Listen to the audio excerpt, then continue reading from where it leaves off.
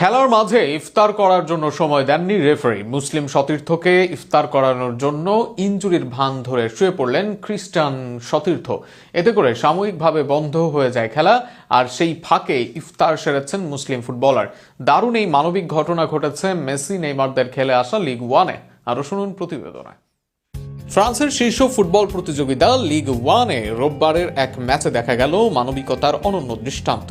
FC নতে বনাম আভরে এসির মধ্যকার গুরুত্বপূর্ণ লড়াইয়ে সতীর্থদের ইফতারের সুযোগ করে দিতে অভিনব কৌশল নিলেন নতের পর্তুগিজ গোলরক্ষক লোপেজ। ম্যাচের ৭৪তম মিনিটে সূর্যাস্তের সময় ঘনিয়ে এলে লোপেজ হঠাৎ বাম হ্যামস্ট্রিং চেপে ধরে মাঠে বসে পড়েন এবং অস্বস্তির ইঙ্গিত দেন। তার এমন পরিস্থিতিতে চিকিৎসক দল দ্রুত মাঠে প্রবেশ করে। খেলা সাময়িকভাবে বন্ধ থাকে কয়েক মিনিট। এই সংক্ষিপ্ত বিরতি কাজে লাগান নতের একাধিক মুসলিম ফুটবলার। তারা টাচ লাইনে গিয়ে পানি ও খেজুর খেয়ে রোজা ভাঙেন। বিদেশি গণমাধ্যম জানায়, ফরাসি ফুটবলের নীতিমালা অনুযায়ী ধর্মীয় কারণে খেলা থামানোর অনুমতি নেই, ফলে আনুষ্ঠানিকভাবে ইফতারের জন্য বিরতি দেওয়ার সুযোগ ছিল না।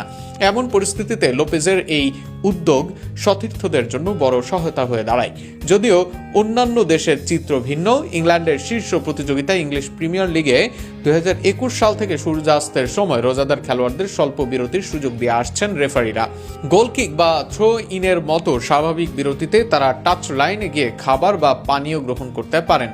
ফরাসি লিগে সেই নিয়ম না থাকলেও লোপেজের কৌশলী পদক্ষেপ সামাজিক যোগাযোগ মাধ্যমে ব্যাপক প্রশংসা কুড়িয়েছে। অল্প সময় পরই তিনি উঠে দাঁড়িয়ে স্বাভাবিকভাবে খেলায় ফেরেন। তার মধ্যে আর কোনো দৃশ্যমান অস্বস্তি দেখা যায়নি। সতীর্থরাও নতুন উদ্যমে ম্যাচ চালিয়ে যান। গুরুত্বপূর্ণ এই ম্যাচে ২-০ গোলের জয় পায় নতে। তবে ২৩ ম্যাচে ১৭ পয়েন্ট নিয়ে তারা এখনও অবনমন অঞ্চলে, অবস্থান ১৭তম। অন্যদিকে ২৬ পয়েন্ট নিয়ে ১৩তম স্থানে রয়েছে লে আভরে।